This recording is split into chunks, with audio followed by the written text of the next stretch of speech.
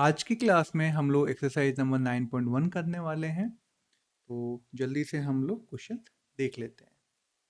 Question number 1 में हमें कह रहा है अ circus artist is climbing a 20-meter long rope which is tightly stretched and tied from the top of a vertical pole to the ground. ठीक है, find the height of the pole if the angle made by rope with the ground level is 30 degree. हमें क्या given है? हमें ये given है कि this angle A C B is given as 30 degree. और गिवन क्या है कि रोप क्या है इसमें? रोप इज ए सी, तो ए C is our rope, right? तो ए सी अगर रोप है हमारा, तो लेंथ ऑफ ए सी क्या गिवन है? A C is given as 20 metre, यही दिया है। A circus artist is climbing a 20-meter long rope, right? तो यानी ये A C is your 20 metre. अब आगे क्या बात कर रहा है? Which is tightly stretched and tied from the top of a vertical pole. तो ए बी क्या है हमारे पास? ए बी है हमारे पास वर्टिकल पोल है, वर्टिकल पोल है हमारे पास, ठीक है। और हमें क्या ढूंढना है? हमें हाइट ऑफ पोल ढूंढना है। तो हमें क्या फाइंड करना है? टू फाइंड वी हैव क्या? हाइट ऑफ द पोल, ठीक है। हमारे पास क्या है? हमारे पास, अब ध्यान से देखेंगे तो एक एंगल नोन है, दैट इज एंगल 30 डिग्री, ठीक है। ए सी नोन है, ए बी अननोन है, ठीक है। तो हम क्या कर सकते हैं? हम कर सकते हैं साइन एंगल 30 क्या आएगा? आगे क्या? Perpendicular, that is A B by hypotenuse, और हाइपोटेन्यूज क्या है? A C upon A C. हमें क्या ढूंढना है? A B is equal to A C into sine 30 degree, ठीक है। अब ए सी क्या गिवन है? A C is 20 into sine 30 degree. Sine 30 क्या होता है हमारे पास? इंटू 1/2, ठीक है। दैट इज इक्वल टू, ये कितने टाइम? 2 1 2 2 10 जा, that is equal to 10 metres. Therefore height of the pole is height of the pole is AB, and this is equal to 10 meters. This is your answer. This is your answer. ठीक है बच्चों? तो basically इसके अंदर आपको क्या याद रखना है? साइन 30 का न्यूमेरिकल वैल्यू पता होना चाहिए। और साइन 30 की वैल्यू क्या होती है? We have 1/2। तो यहाँ पे आप लिख भी सकते हैं कि since sine 30 degree is equal to 1/2। तो पुटिंग दिस वैल्यू, आपके पास आंसर आ गया। अब चलते हैं नेक्स्ट क्वेश्चन की तरफ। A tree breaks due to storm and the broken part bends so that the top of the tree touches the ground making an angle 30 degree with it। हम imagine करिए, अब आपके पास एक पेड़ है जो कि टूट चुका है, राइट? मान लीजिए ये आपके पास एक पेड़ है, ग्राउंड है, ये late us say this is our ground, ठीक है। दिस इज ग्राउंड, ठीक है। अब क्या कह रहा है? A tree breaks due to storm and the broken part bends so that the top of the tree touches the ground making an angle 30 with it। इसका मतलब मान लीजिए यहां से पेड़ टूटा, भाई पेड़ बड़ा रहा होगा, पेड़ टूटा यहां से, और दिस एंगल इज 30 डिग्री, ठीक है।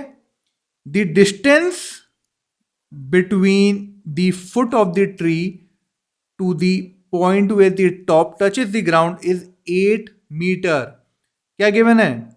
दिस डिस्टेंस, ये यहां से लेके यहां तक इज गिवन एज 8 मीटर, यहां से लेके इस वैल्यू तक, इज ये, ठीक है।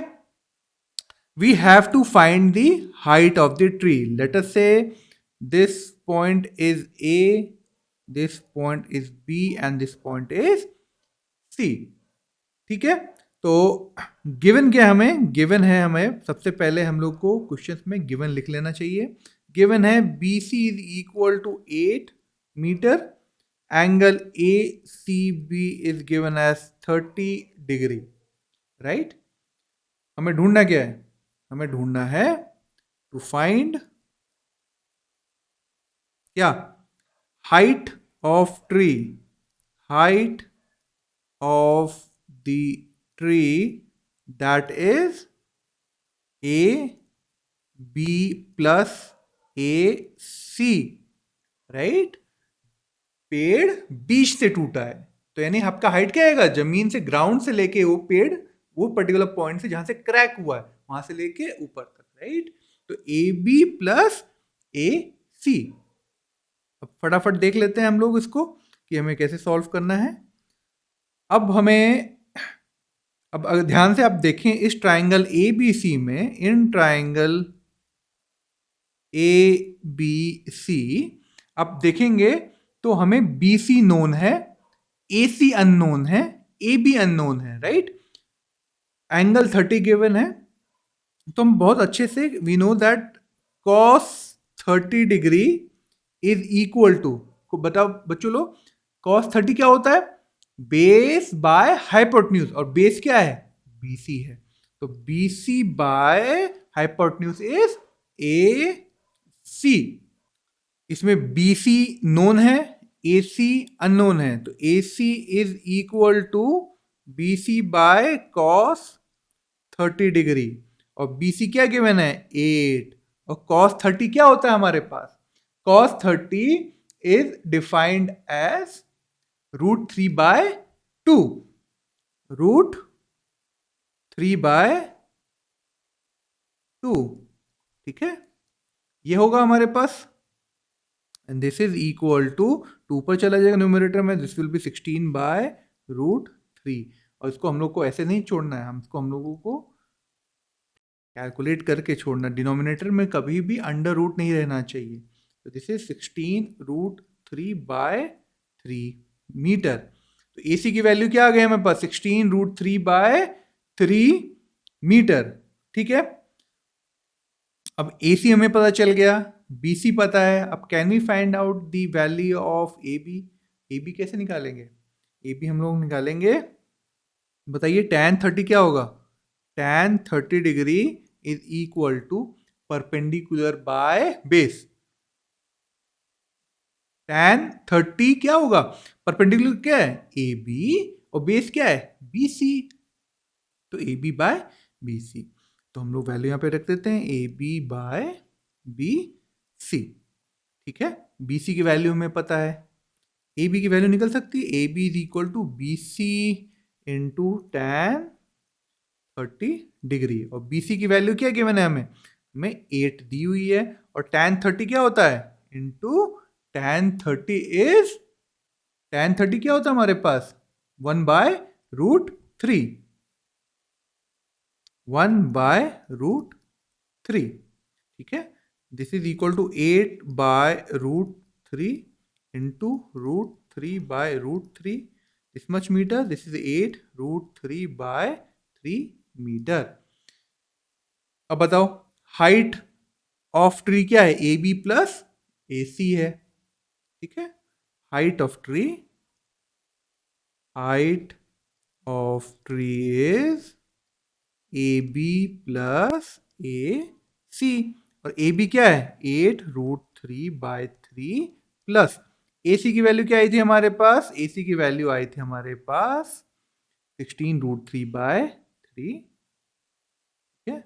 ये हम लोग लिख लेते हैं, ये वैल्यू आई थी हमारे पास, तो आई थी हमारे पास 16√3/3, दिस मच मीटर, और इसको this is equal to what, this is equal to 24√3/3। ये कितने टाइम कट हो जाएगा, this is 8, this is 8√3 metre, is your answer, is your height of tree. समझ में आया बच्चों? Height of tree is AB plus AC and this value is equal to 8√3 meter. ठीक है, अब चलते हैं नेक्स्ट क्वेश्चन की तरफ. ठीक है, क्वेश्चन नंबर 3 में कह रहा है a contractor plans to install 2 slides for the children to play in a park. For the children below age of 5 years, she prefers to have a slide whose top is at height of 1.5 metre. तो मैं पहले फटाफट हम लोग यहाँ पे diagram भी बनाते चलते हैं. तो हम लोग डायग्राम बनाएंगे. तो पहले यहाँ पे लिखा है for the age below 5 years. ठीक है, इस केस के लिए हम लोग देख लेते हैं सबसे पहले, राइट. तो सर क्या कह रहा है कि she prefers to have a slide whose top is at a height of 1.5 metre. यानी कुछ डायग्राम बनाऊंगा तो let us say this is A and this is B और ये हाइट कितना है 1.5 मीटर. ठीक है, अब आगे क्या बोल रहा है and is inclined at an angle 30 degree to the ground. ठीक है, यानी अगर इस तरीके से कुछ स्लाइड है, this angle is 30 degree to the ground और ये जैसे this is C and B C क्या है, ये ग्राउंड है, राइट, नीचे. ठीक है, तो ये एक हमें क्लियर है ये चीज. और दूसरा हमें क्या गिवन है, दूसरा आगे क्या लिखा है हमारे लिए, whereas for elder children she wants to have a steep slide at a height of 3 metre. ठीक है, यानी एज, ठीक है, एज अबव 5 years को है हमारे पास सेकंड केस. और इस केस में डायग्राम हमारे पास क्या रहेगा, इस केस में हमारे पास डायग्राम कुछ क्या कह रहे कि she want to have a steep slide at a height of 3 meter. Let us say this is D and E. Let us say this height is 3 meters and is inclined at an angle 60 degree to the ground. ठीक है, तो let us say this is 60 degree. ठीक है, and this is F. What should be the length of slide in each case? तो हमें क्या find out करना है, to find length of slide. और लेंथ ऑफ स्लाइड इस केस में क्या है, ए सी एंड, और इस केस में क्या है, डी एफ. ठीक है, आसान है, अब समझते हैं कि कैसे करना है. अब बताइए, अब इस केस में हमारे पास एंगल नोन है, ये this angle is known as 30 degree. This height is A B and that is 1.5 metre. अब हम ऐसा कौन सा हमारे पास रिलेशन है जिससे हम ये ढूंढ पाएंगे कि 1.5 उसमें रिलेटेड हो, 30 डिग्री रिलेटेड हो और AC रिलेटेड हो. तो बताइए कौन सा आएगा. तो वी हैव, क्या आएगा, वी हैव साइन 30 डिग्री. आपको यहां पे लिखना चाहिए, यहां पे इन ट्राइंगल ABC. ठीक है, we have sin 30 is defined as, sin 30 क्या होता है, perpendicular, that is AB by AC. AC is hypotenuse. ठीक है, अब हमें क्या ढूंढना है, AC की वैल्यू ढूंढनी है. AC is equal to AB by sin 30 degree. और AB क्या है, AB is 1.5 metre upon sin 30 की वैल्यू क्या है, 1/2, and this is equal to 1.5 into 2, that is equal to 3 metre. यानी AC की वैल्यू क्या है आपके पास है, 3 मीटर. तो फर्स्ट केस में हमारे पास आंसर है length of slide is 3 metre. अब सेकेंड केस हमारे पास क्या है, इन ट्राइंगल DEF. ठीक, अब DEF में फिर हमारे पास अननोन क्या है, ये हाइपोटेन्यूज अननोन है. हमें रिलेशन पता है, अगर साइन एंगल निकालते हैं तो sine angle 60 degree is equal to perpendicular, that is DE upon DF, hypotenuse. वही करेंगे हम लोग। तो sine 60 degree is perpendicular, perpendicular क्या है हमारे पास, DE upon hypotenuse is DF, DE upon DF, DE by DF। ठीक है, अब फटाफट इसकी वैल्यू निकाल दीजिए। हमें क्या निकालना है, DF की वैल्यू निकालना है। DF is equal to DE by sine 60 degree. और DE की वैल्यू क्या गिवन है, DE की वैल्यू गिवन है 3 meters. This is equal to 3 meter upon sine 60 क्या होगा हमारे पास, sine 60 is √3 by 2, √3/2 and this is equal to क्या आ जाएगा, 3 इंटू 2 अपॉन √3। इसको कैसे सॉल्व करोगे, कैसे सॉल्व करोगे, √3, इस 3 को क्या लिख सकते हो, √3 इंटू √3 लिख सकते हो, इंटू 2/√3। ये एक √3 एक √3 कैंसिल आउट हो जाएगा और आपके पास बच जाएगा सिर्फ 2√3 metre DF। This is your answer. ठीक है, तो हमें यहां पे लिखना भी चाहिए, क्या लिखना चाहिए, length of slide, length of slide AC is 3 meter and DF is 2√3 meter and this is your answer। ठीक है, समझ में आया बच्चों, आसान था। हमें बस बेसिकली क्या करना है, हमें रिलेशन ढूंढना है sine theta, cos theta, tan theta, ये तीनों फॉर्मूला हमें मालूम है कि sine theta is defined as perpendicular by hypotenuse. ठीक है, हमारे केस में परपेंडिकुलर की वैल्यू हमें पता थी, हाइपोटेन्यूज की वैल्यू नहीं पता थी, और एक एंगल 30 दिया हुआ था, साइन 30 की वैल्यू हमें पता थी, परपेंडिकुलर की वैल्यू पता थी, और एक अननोन था। ठीक है, और हमने उस अननोन की वैल्यू हमने कैलकुलेट कर ली।